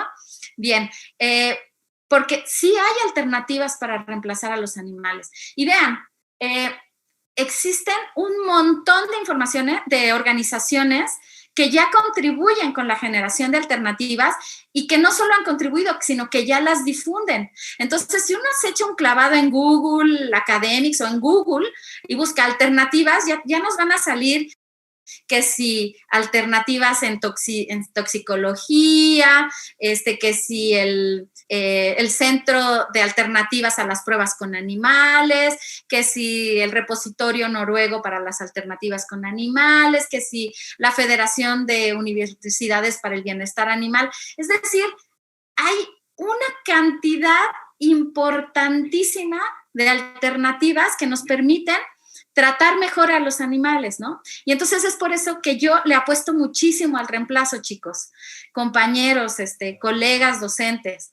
El reemplazo ya es una realidad. De hecho, el reemplazo in silico ya se utiliza en muchos lugares. Los modelos computacionales, por ejemplo, en la industria toxicológica, ya es lo de hoy. Y no quiero, y no es que estén necesariamente preocupados por el dolor o el sufrimiento de los animales, sino que lo hacen por cuestiones económicas. Es mucho más barato que con todas esas bases de datos inmensas que fueron obtenidas, y lo reconozco, claro, de la experimentación con animales, ya tienen un montón de información donde ellos dicen, a ver, ya tengo probada esta molécula con esta molécula y este tóxico, ya sé cómo reacciona, ya sé cuál no daña, cuál sí, cuál no. Y entonces yo meto mi molécula al sistema de computación y ya me dice, sí, úsala, está muy bien. Ajá. Y entonces este artículo es lo que justo nos dice, ¿no? Que los sistemas de cómputo han mejorado las pruebas toxicológicas. Pero claro, también existe el reemplazo in vitro, es decir, con el cultivo de células, pueden ser troncales, o cultivos celulares de personas que han donado sus propias células. El caso, por ejemplo, de las células GELA, de Henrietta Lacks, esta mujer que desafortunadamente tenía cáncer, pero que recuperaron sus células y han seguido cultivando esta estirpe celular gracias a la cual se han realizado múltiples investigaciones sobre cáncer, y que es maravilloso este tipo de investigaciones, porque no han necesitado pues de otras mujeres, ¿no? Que tengan, o sea, que han ayudado a otras mujeres con estos padecimientos, o tejidos de procedencia ética, que nuevamente, ¿no? Es, por ejemplo, hay una persona que es sometida a una cirugía, no sé, de encéfalo, y se toman algunas neuronas, sus neuronas se llevan a cultivar al laboratorio y en estas células neuronales se pueden realizar estudios. O como en el caso de esta imagen, que son piel de tejido sintético, que por ejemplo utiliza la industria cosmética para hacer pruebas de tintes, de pintura, de maquillaje, de cremas. Por ejemplo, L'Oréal diseñó su tejido sintético, su piel sintética, para que ya no se tengan que realizar más experimentos de irritación ocular, por ejemplo, como ocurre en estos conejos albinos, ¿no? O de córneas, ¿no? Como vemos en esta imagen. Pero también hay tecnología maravillosa y les quiero compartir este video. Los ensayos con animales para el desarrollo de fármacos se pueden reducir gracias a los órganos en chips. Esos artículos recrean a pequeña escala las propiedades físicas del tejido nativo. El primer modelo fue un pulmón completamente impreso en 3D creado por el Instituto Wyss de la Universidad de Harvard. Para probar drogas se necesitan órganos vivos en los que circule la sangre. Sin embargo, los trasplantes artificiales cuestan demasiado y los ensayos con animales a menudo no son exactos por sus diferencias con el ser humano. Muchos fármacos fracasan en la fase de pruebas con humanos a pesar de haber superado los ensayos previos, y ese proceso representa un gran gasto para la industria. Se estima que para desarrollar e introducir un fármaco en el mercado de Estados Unidos se necesitan $359 millones y más de 12 años. Científicos de la Escuela Imperial de Londres provocaron por primera vez que un órgano en un chip respondiera a una infección. Un hígado simulado se enfrentó al virus de la hepatitis B. Otro proyecto estudió la reacción de intestinos en chips ante la radiación, uno de los experimentos que no se pueden realizar en humanos por razones éticas. Las estimaciones más atrevidas consideran que conseguiremos sistemas de varios órganos humanos en chips. Incluso podríamos llegar a tener una medicina personalizada cultivando células de una persona concreta para predecir cómo reaccionará su cuerpo antes de someterse a métodos extremos como la quimioterapia. Y todavía se puede ir más allá. Y fíjense que este video es relativamente viejito, pero me gusta porque explica más o menos cómo funcionan los chips. Los chips ya son una realidad. Les quiero comentar con orgullo que la UNAM, junto con el Instituto de Investigaciones Respiratorias, Instituto Nacional de Enfermedades Respiratorias, tienen este Laboratorio Nacional de Soluciones Biomiméticas para el Diagnóstico, justo donde trabajan con estos andamios o chips o biochips, y donde se están realizando múltiples investigaciones que permiten reemplazar a los animales. Ensayos con animales. Pero, ¿se acuerdan que yo les comentaba de estos cultivos celulares? También ya se pueden imprimir organoides en estas impresoras de 3D. Yo me acuerdo que cuando veía The Big Bang Theory y que los veía imprimir sus muñequitos en estas impresoras 3D, yo me asombraba, ¿no? Pero vean, la verdad es que me gusta mucho que exista estas series de ciencia, porque te hacen entender cómo ha avanzado la tecnología y apoya en el conocimiento. Y entonces ya hay organoides de hígado para probar cómo ocurre el metabolismo de ciertos fármacos, o de riñón para conocer la excreción, de intestino para conocer la absorción, de cerebro, de corazón, de páncreas. Es decir, el límite es el cielo para todos los desarrollos que existen. Y luego existen estos otros organoides. Aquí yo les pongo un artículo de organoides de neuronas, y hay un equipo de la Universidad Johns Hopkins que ha trabajado mucho con estos y han estudiado cómo funciona el Alzheimer, el Parkinson, el autismo. Incluso han probado cómo pues, las mamás que toman antidepresivos cuando están gestantes o que están lactando pueden causar daño en el cerebro de sus hijos. Y no solo eso, con el tema de coronavirus también han demostrado con estos brain spheres o organoides de cerebro, cómo es que funciona el coronavirus para infectar a las células nerviosas y qué efectos secundarios a nivel del sistema neurológico producen, ¿no? Y bueno, claro, existen muchas opciones y también todavía podemos utilizar modelos in vivo, es decir, en animales que pueden estar más alejados del humano en la escala filogenética evolutiva y que pues ciertamente no se sabe qué tanto dolor o sufrimiento pueden tener. Bueno, en los peces sí, ¿no? Y desafortunadamente el pez cebra es un pez que se utiliza mucho a nivel de laboratorio y los investigadores tendrían que reconocer que estos animales tienen estados mentales de ansiedad, dolor, sufrimiento y que pues las investigaciones que se realizan con ellos pues tienen que ser muy cuidadas y muy vigiladas, tanto por el CICUAL como por los propios investigadores. Pero también podemos recurrir a invertebrados, insectos como la mosca de la fruta o estos parásitos nemátodos e incluso microorganismos como la levadura, ¿no?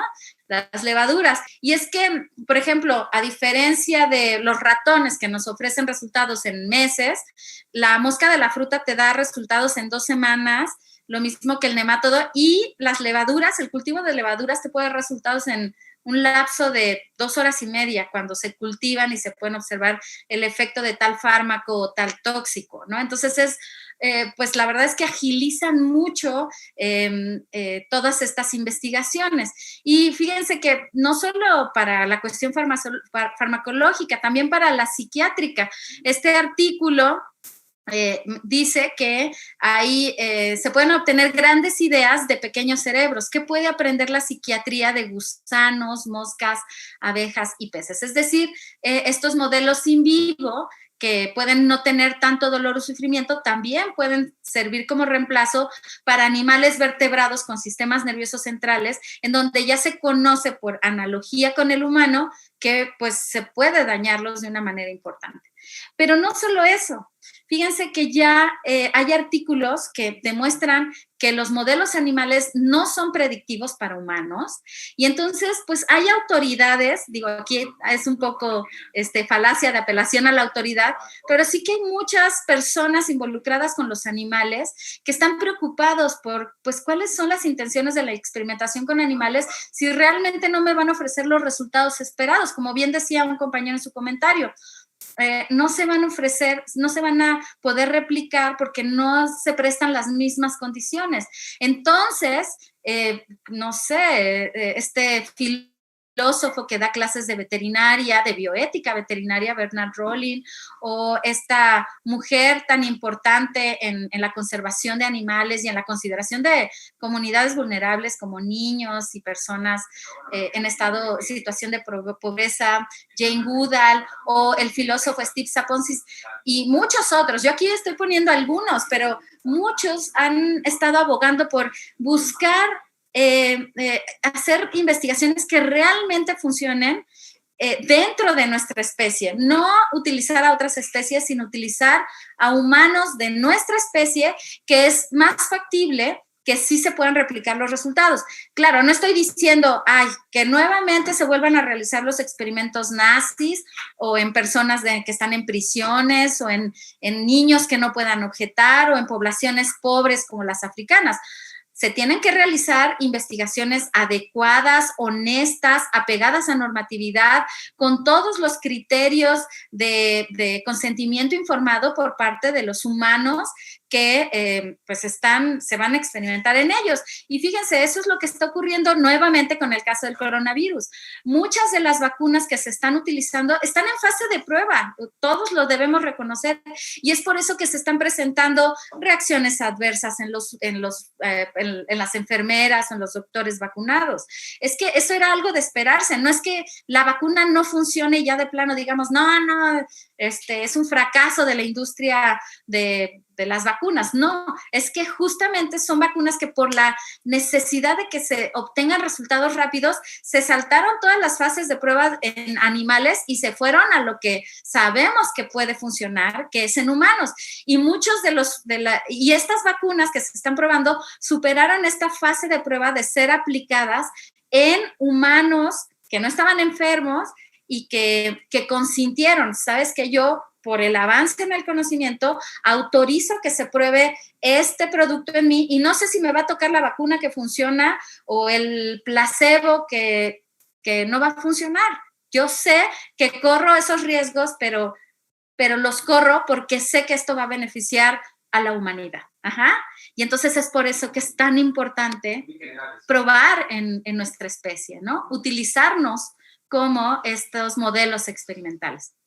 Ahora bien, híjole, me voy a ir rápido porque hay tanto que hablar. No sé si hasta aquí hay dudas, Ángel, porque quiero hablar sobre las alternativas que reemplazan animales en la docencia. Sí, adelante, Ángel. Sí, tenemos varias preguntas.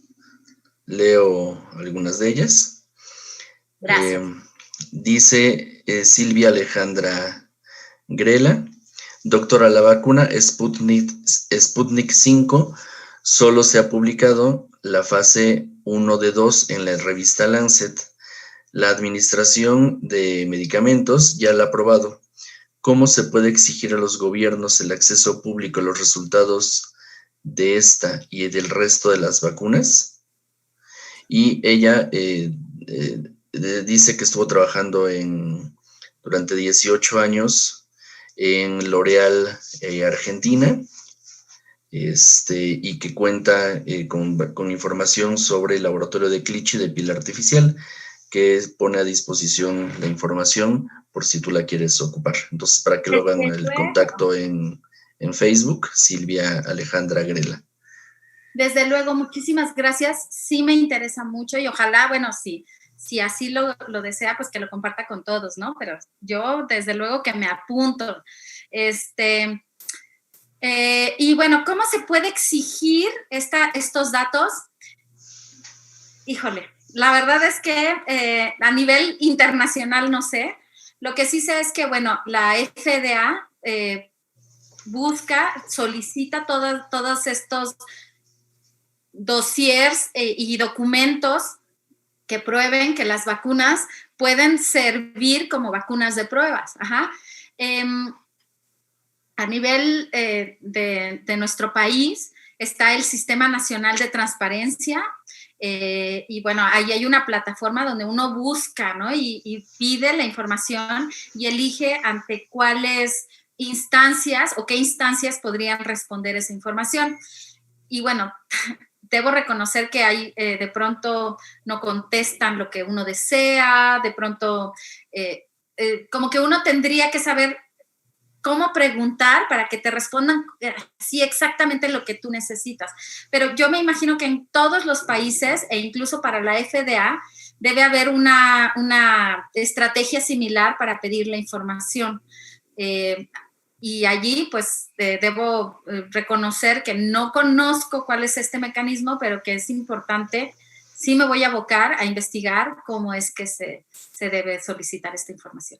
Gracias. Sí, y tenemos 3 comentarios más que van de la mano, entonces leo todos. Sirena Mimi dice, es verdad que los productos probados en humanos son los mejores, pero es que todos los productos, vacunas y todos aquellos terapéuticos son analizados en poblaciones humanas posterior a haber sido probados en modelos animales y o líneas celulares o modelos alternativos. Big Tot. Perdón, son 5 fases. Entonces está desde cultivos celulares, animales, por ejemplo, ratas y ratones, y luego se van a cerdos o primates, y luego a humanos sanos, y luego a los humanos enfermos. El asunto aquí es que nos hemos dado cuenta, o por lo que yo les he explicado, es que la fase en animales no nos da la replicabilidad que necesitamos. Entonces podemos saltar de esta fase a esta fase. De la fase de cultivo celular y de otras tecnologías a la fase de humanos. Sí, gracias, Ángel. Sí, Big Tot dice, doctora, ¿no es más antiético hacer estudios de experimentación en humanos, tipo doctor Mengele? Claro, eso es lo que estamos evitando. Y yo me imagino, no sé, Ángel, tú dime si ya tomaron la plática de experimentación con humanos, porque claro que se tiene que seguir, no, todavía no va a haber. Bueno, pues esto nos va a servir, porque si ustedes siguen el canal de YouTube del Programa Universitario de Bioética y el Facebook, por supuesto, se van a dar cuenta que hay pláticas de otros ponentes que hablan justamente sobre cuáles son estos límites bioéticos para hacer experimentación con humanos. Miren, la realidad es que no es que yo digo ya reemplacen a todos los animales del mundo porque ya nunca más se debe experimentar con animales. Y es que eso lo voy a decir en las siguientes diapositivas. Solo que yo sé que ustedes son rápidos y ágiles y hay tanto que decir, pero lo que sí es una realidad es que todavía no estamos listos para dejar atrás la experimentación con animales. Lo que sí quiero mencionarles es que existen un montón de opciones para que en varios ámbitos ya se dejen de utilizar y tal vez en el futuro, porque esa sería la meta, se dejen de utilizar animales por completo y se utilicen solamente humanos, pero con criterios sumamente estrictos, tanto científicos como éticos. La experimentación con Mengele, nadie la vigiló. Al contrario, ¿no? A él le dijeron, ándale, tú haz lo que tú quieras. La experimentación, hay un artículo muy interesante de Bicham, en donde se denunciaron las múltiples experimentaciones con personas que tenían un montón de fallas de ética en Estados Unidos, por ejemplo, el caso Tuskegee o el de los niños, el del hospital geriátrico de judíos o el de los niños en el orfanato, ¿cómo se llamaba, Ángel? Ayúdame. Niños con síndrome de Down, en donde se realizaron también experimentos y pues como ellos no podían quejarse, pues avanzaron. No se niega que se obtuvo conocimiento relevante, pero es un conocimiento obtenido de una forma incorrecta. Ajá. Sí, adelante, Ángel. Sí, Jimena Mo dice, no siento que aún teniendo los diferentes modelos de análisis, sea del todo bien el poder experimentar con ellos. Como se dijo, es un ser que siente. Sigue siendo cruel aún bajo las condiciones del cuidado, solo pensando en el momento en el que estás a punto de experimentar con una vida. Siento que no es lo más ético. ¿Experimentar con quién? ¿Con humanos? ¿Con animales? ¿Con peces? ¿Con quién? ¿Cómo? No sé si no entendí o... No lo especifica. Ok. Miren, cuando uno experimenta con un individuo sintiente, consciente, siempre existe este dilema. La experimentación con individuos sintientes es un dilema. Es decir, no hay una respuesta que me diga, así lo debes hacer y así va a salir perfecto. Digamos que desde el punto de vista utilitarista estamos buscando el mayor beneficio para el mayor número de individuos y el menor daño para ese grupo de sujetos experimentales. Y entonces, claro que puede haber circunstancias que dañen al individuo, pero por eso se debe buscar un daño mínimo.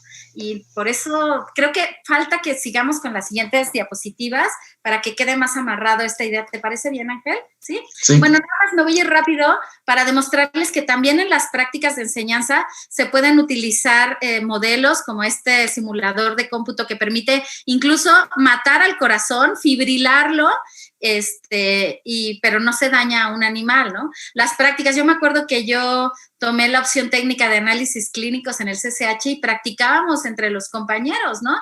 Y esa es una forma muy buena de practicar siempre y cuando pues no se dañe al compañero, ¿no? Por ejemplo, en la toma de muestras de sangre. O con estas fotos que los profesores, por ejemplo, los profesores de mi facultad tienen unos catálogos impresionantes de lesiones patológicas maravillosas, e incluso tenemos este modelo del terror, le llamamos, porque hay una serie de ejemplos de órganos plastinados, de patologías raras, no comunes. Existen estos simuladores para observar cómo es la circulación, cómo es la excreción de orina, modelos para suturar, modelos plastinados, estos cadáveres obtenidos éticamente, es decir, animales de compañía que murieron por alguna enfermedad y que pueden servir para que los estudiantes, al hacer la necropsia, puedan aprender de ello, o modelos como SimDogs o SimCats, que permiten tomar sangre, intubar, reducir fracturas, hacer una serie de tratamientos. En Estados Unidos existen estos modelos mucho más realistas, pero por ejemplo, ustedes que son tan buenos con las tecnologías del celular y las apps y tal, existen en su celular, ustedes pueden hacer este tipo de realidad aumentada y entonces, por ejemplo, se puede aprender anatomía con este tipo de modelos.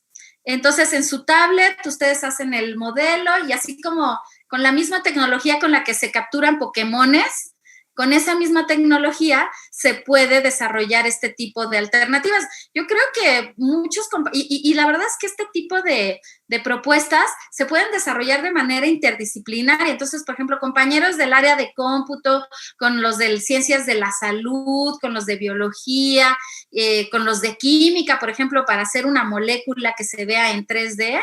Todo eso, es que por eso digo, el cielo es el límite. Se pueden hacer un montón de cosas bonitas con estas apps, ¿no? Y muchas son de descarga gratuita, otras sí se tienen que pagar. Pero, por ejemplo, existen laboratorios donde se pueden desarrollar habilidades de tratamiento, de diagnóstico, terapéuticas. Entonces, por ejemplo, estos modelos que permiten intubar, colocar campos, suturar, tomar sangre, qué sé yo, una serie de estrategias que son muy, muy didácticas y muy bonitas sin tener que dañar animales. Incluso hayan universidades que han desarrollado estos modelos de perros que sangran, que a mí me parecen impresionantes, la verdad, que me gustaría mucho que se pudieran desarrollar dentro de nuestra universidad. Y entonces es algo que los clínicos piden mucho, es que los estudiantes tienen que aprender a suturar una hemorragia o a sacar tal órgano sin que cause lesión o hemorragias, o saber qué porcentaje del órgano se puede retirar. Y entonces se pueden ir reemplazando los órganos, y estos perros van conectados como a una fuente de líquido teñido de rojo para que simule la sangre. Y la verdad es que salvan muchas vidas de perros que podrían ser adoptados, ¿no? Que podrían vivir en una casa y ser parte de una familia. Y bueno, para los que quieran estudiar medicina, pues yo no sé si ustedes lo sabían, pero ya desde hace un par de años existe este programa de donación de cuerpos en la UNAM, que fue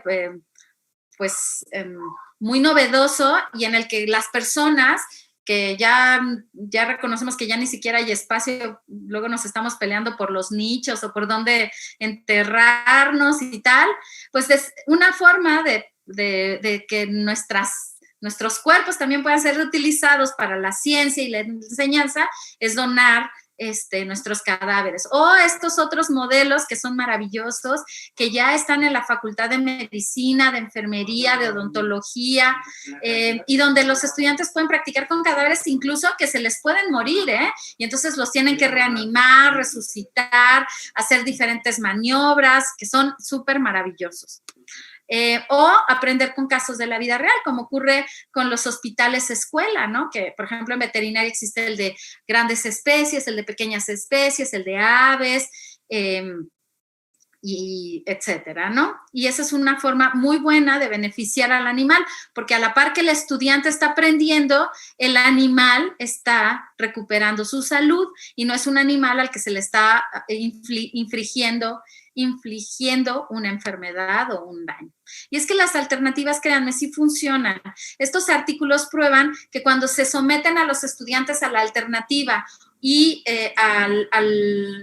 al método tradicional, que es lesivo, donde se practica con animales, pues la verdad es que aprenden de una forma similar, entonces funcionan. Incluso este otro artículo prueba que se pueden adquirir habilidades clínicas y profesionales en veterinaria con el uso de simuladores. Ajá.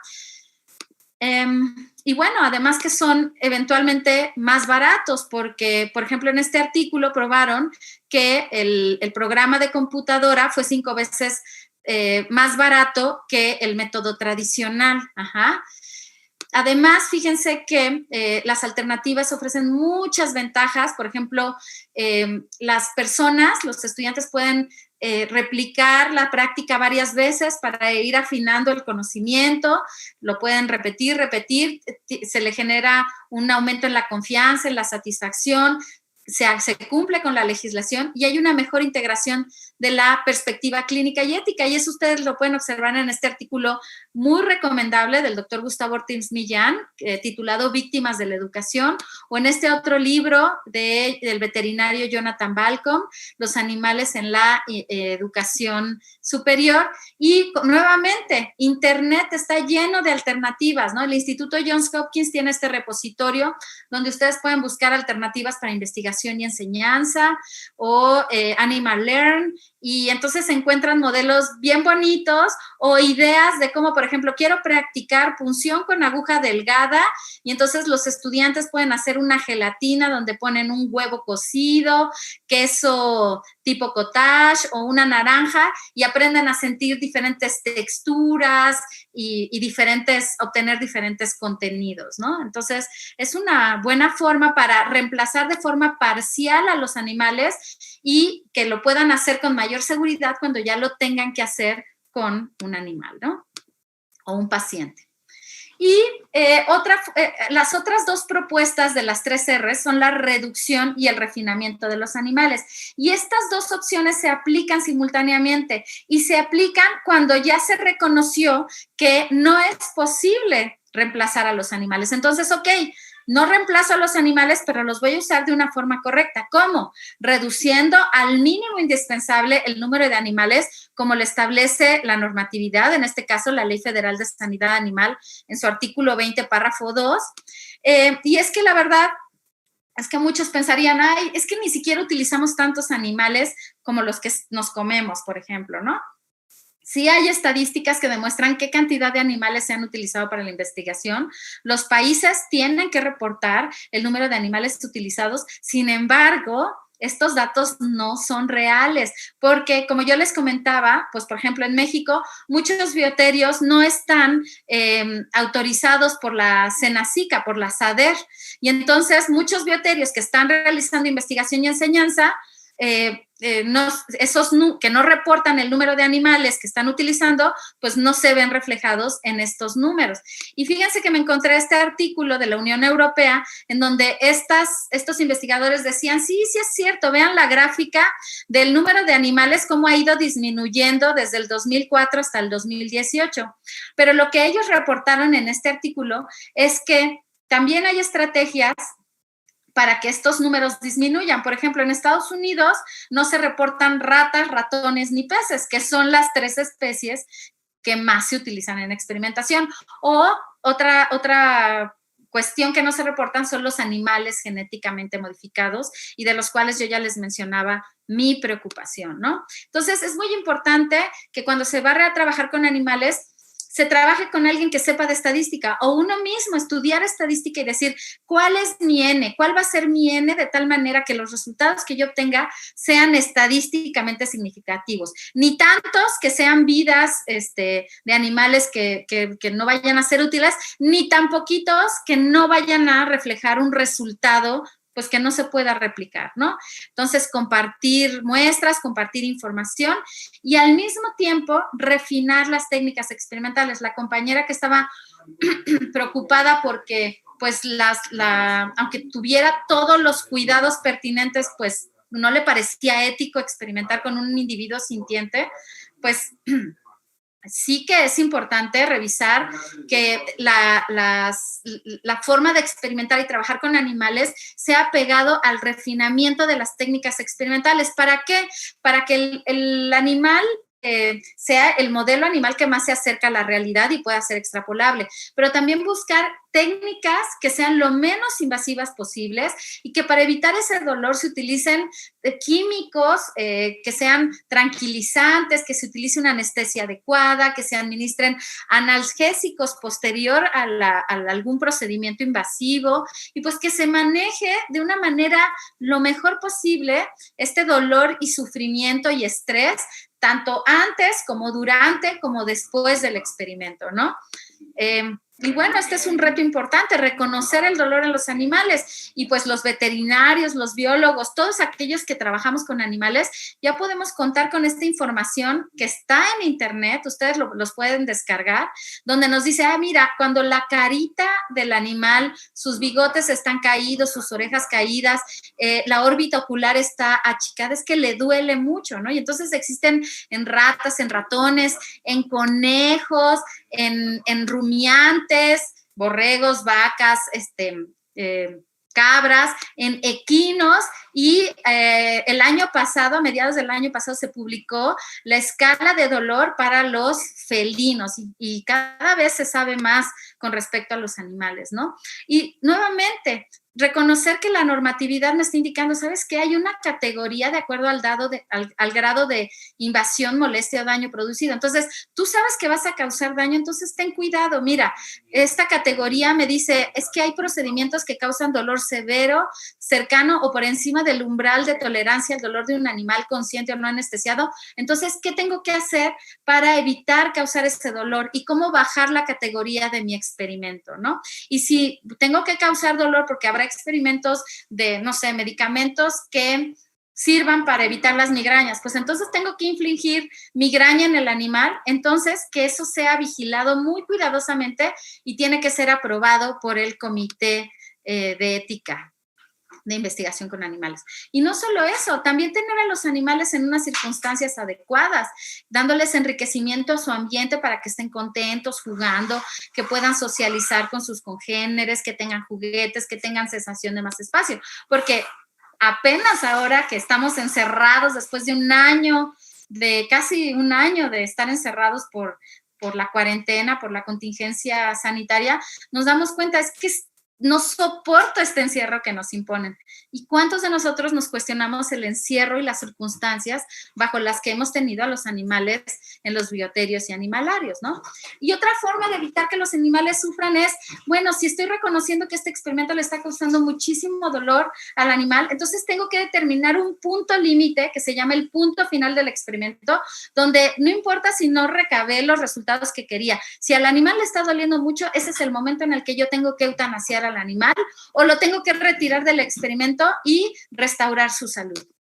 Y claro, darles una muerte correcta, idealmente con sobredosis de anestésicos, ¿no? Para que yo pueda garantizar que el animal va a perder la conciencia, esté insensible y después tenga un paro cardiorrespiratorio y entonces el animal ya no va a sufrir y no vamos a ver esas muertes horribles donde los animales se mueven y vocalizan y es terrible, ¿no? Bueno, me queda poquito tiempo, Ángel. ¿Me sigo? ¿Sí? Bueno, vamos a seguirnos rápido con la cultura del cuidado. Quiero decirles que la bioética no es antropocéntrica. La bioética desde sus inicios se preocupó por estas otras formas de vida que son los animales y las plantas y los árboles, y que el padre de la bioética, que fue Fritz Jahr, él estaba muy preocupado por pues cómo se realizaba la investigación y él extendió el imperativo categórico kantiano para decir, ¿sabes qué? No solo debe importarte tú y los otros humanos, sino que debes tratar a cada ser viviente como un fin en sí mismo, tratándolo de ser posible como un igual. Y entonces, pues yo aquí me estoy refiriendo a todos los individuos sintientes, que aunque no hablen o no nos puedan, o que no sean racionales, que como nosotros sabemos que son sintientes, pues nos deben importar. Y es por eso que hay éticas como las éticas zoocéntricas planteadas por Peter Singer y por Tom Regan, y aquí pongo ejemplos de sus obras sus obras relevantes en este sentido, que dicen, oye, si ya se ha comprobado gracias a la ciencia que hay individuos que son sintientes y conscientes, entonces hay que tener consideración ética para ellos, y entonces hay que tratar de dejar de ser especistas. Especismo es un término que acuñó Richard Ryder, al que vemos en pantalla, en un artículo titulado Víctimas de la Ciencia, en donde él ya estaba preocupado por lo que hacíamos con los animales. Él era un psicólogo y se daba cuenta que los experimentos en psicología causaban ansiedad y sufrimiento en los animales. Y él decía, oigan, no hay que ser especistas. Así como no debemos ser racistas ni sexistas, tampoco debemos discriminar a los que son diferentes, a los individuos que pertenecen a una especie diferente a la nuestra. Entonces, si nosotros dejamos de ser especistas, vamos a dejar de ver a los animales simplemente como objetos o como medios o como material, usualmente, ¿no? Ponemos a los animales en el rubro de material y métodos. No, son sujetos. Debería haber un apartado en nuestros artículos de sujetos experimentales o sujetos de estudio. Eso es parte del reconocimiento de la consideración moral. Y también hay otras éticas, como la ética biocéntrica de Paul Taylor, que dice, hay que aplicar principios que los beneficien. Y entonces, por ejemplo, él propuso estos 5 principios que voy a explicar rapidísimamente cómo se aplican en investigación y enseñanza. Por ejemplo, el principio de justicia distributiva implicaría que no utilizáramos animales que no sean modelos naturales de la enfermedad y que todos aquellos animales que se utilizan puedan ser beneficiados, es decir, que les sirva para recuperar su salud. La proporcionalidad de intereses diría, oye, Reconozco que hay dos tipos de intereses involucrados, los vitales y los secundarios. Siempre que estén involucrados o estén en conflicto, Taylor diría, oye, hay que privilegiar los vitales, ¿no? Por ejemplo, en el caso de los cosméticos, ¿para qué le voy a hacer tanto daño a estos animales si hay alternativas como la piel sintética que comentaba la compañera Grela, ¿no? Entonces, ahí debe primar el interés vital del animal de no sentir dolor ni experimentar sufrimiento sobre el interés secundario de la persona de verse linda, etcétera. Pero hay experimentos que no pueden prescindir de los animales. Entonces, ¿qué voy a hacer? Voy a causarles un daño mínimo. Aquí es donde se aplica la reducción y el refinamiento de las 3 R's. Entonces, minimizando su dolor, sin divertirse a costa de ellos, sin abandonar a los animales. Y luego Taylor dice, ya que aplicaste proporcionalidad y mínimo daño, entonces cabría la posibilidad de aplicar el principio de justicia restitutiva, es decir, restaurar o devolver el equilibrio a quien se dañó. ¿Cómo? Pues si yo, por ejemplo, voy a trabajar con un animal en una práctica, primero no lo voy a dañar, inoculándole una bacteria, por ejemplo, y luego curándole de esa enfermedad. Si ya no lo puedo hacer con este animal, entonces lo voy a hacer con sus congéneres. Y por último, aplicando el principio de defensa propia o autopreservación, claro que voy a diseñar medicamentos, terapéuticas que van a atacar, por ejemplo, a un parásito, ¿no? ¿Por qué? Porque está afectando a mi vida y en eso puede llevarme la vida. Pero entonces, claro que puedo matarlo utilizando un antiparasitario o un antibiótico, pero voy a tratar de que el daño sea mínimo. Ajá.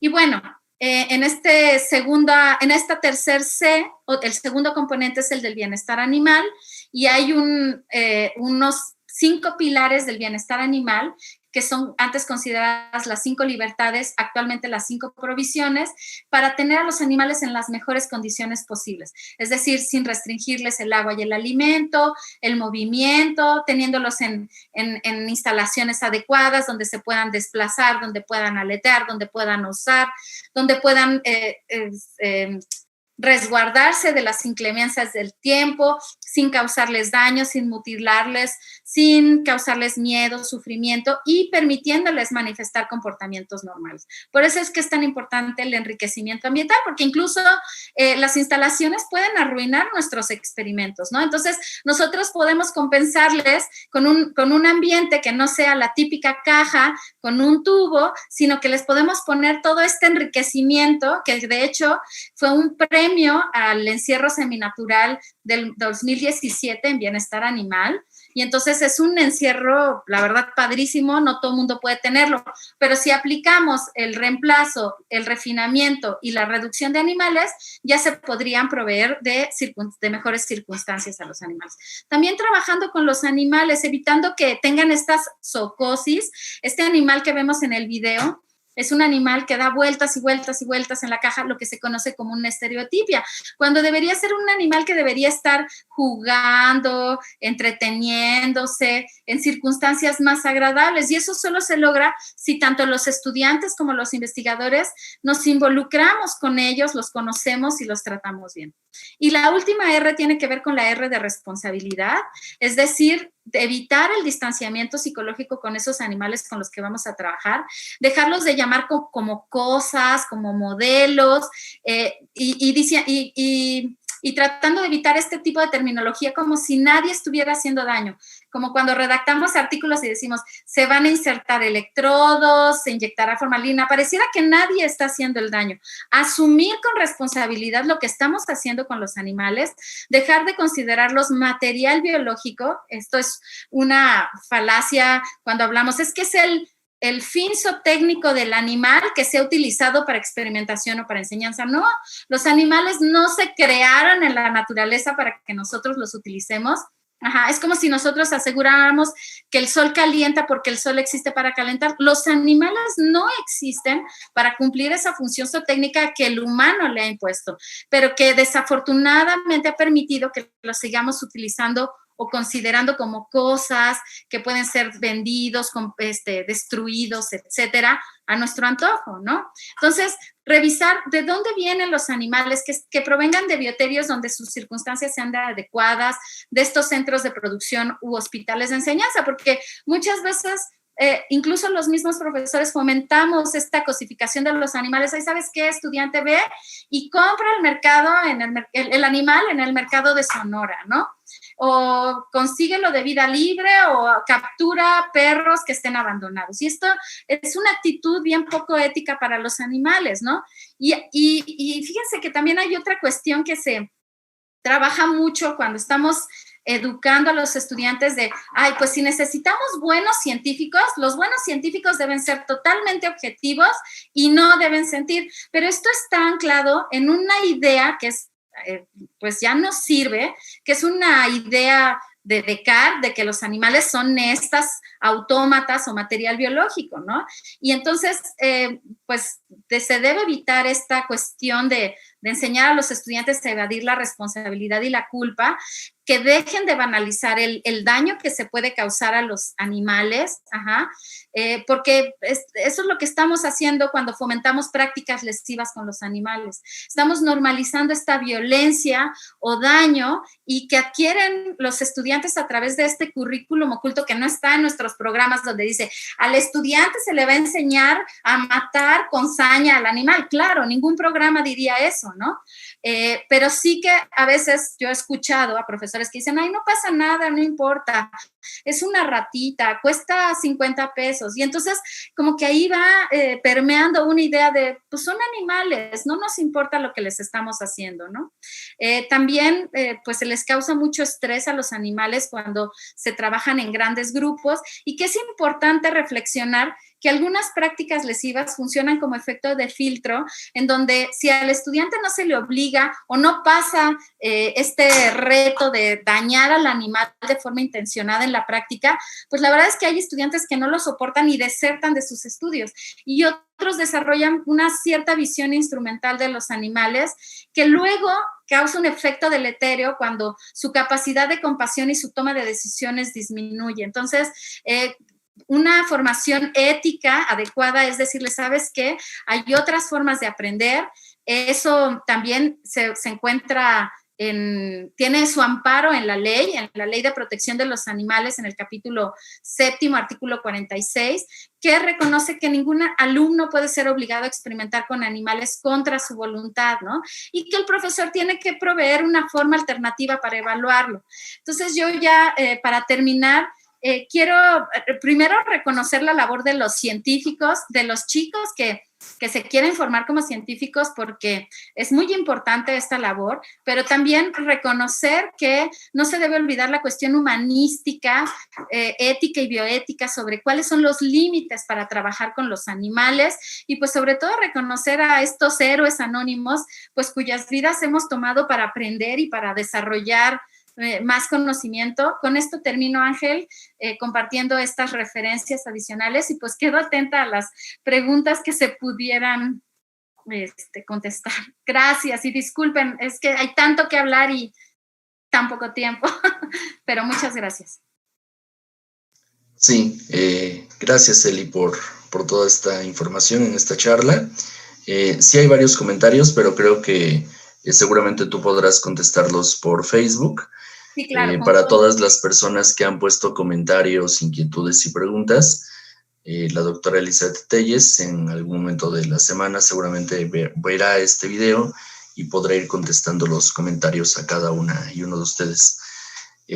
Pues simplemente agradecer a la doctora Telles esta sesión, y a los asistentes, pues que agradecerles su paciencia, porque a lo mejor muchas de sus inquietudes no van a ser contestadas en este momento, pero tendrán una respuesta en un momento posterior. Y bueno, invitarlos a la siguiente sesión del próximo lunes, y posteriormente se darán indicaciones por correo electrónico a las personas que han puesto su asistencia en el formulario sobre las lecturas que nos hará llegar la doctora Telles y que yo subiré en dicho repositorio virtual. De pues hecho, bueno. este es el artículo que me había comprometido, este de cuestionamientos éticos, que también es de descarga libre, pero bueno, mando captura de pantalla y mando los artículos. ¿Puedo hacer 2 anuncios? Sí. Quiero invitarlos a que nos sigan en el Cine Debate del PUB los miércoles, cada 15 días. De hecho, la primera sesión es este miércoles 6 como regalo de Reyes. Ojalá nos puedan acompañar al Cine Debate con la maestra Jacqueline, se me acaba de... Alcázar. Jacqueline Alcázar. Alcázar con la película, el documental Mi Maestro el Pulpo, y también recomendarles que se acaba de publicar un libro, el libro digital Naturaleza y Vulnerabilidad, que está en el repositorio de Atenea, y también me comprometo con Ángel para enviar la liga de descarga, que es un libro que aborda el tema del uso de animales en la enseñanza, en las ciencias biomédicas, y bueno, otros capítulos que son de mucho interés para los que les interesa en el tema de animales y de la naturaleza. Gracias. Sí, y bueno, pues también invitarlos a que vean cuáles son las actividades que vamos a tener en este año en las distintas redes sociales del PUB, y pues bueno, desearles nuevamente un 2021 lleno de salud, de trabajo, y que para las personas que perdieron algún ser querido, pues tengan de nuestra parte nuestras más sinceras y sentidas condolencias. A nombre del Programa Universitario de Bioética, agradecemos su participación en esta cátedra y los esperamos el próximo lunes. Muchas gracias. Gracias.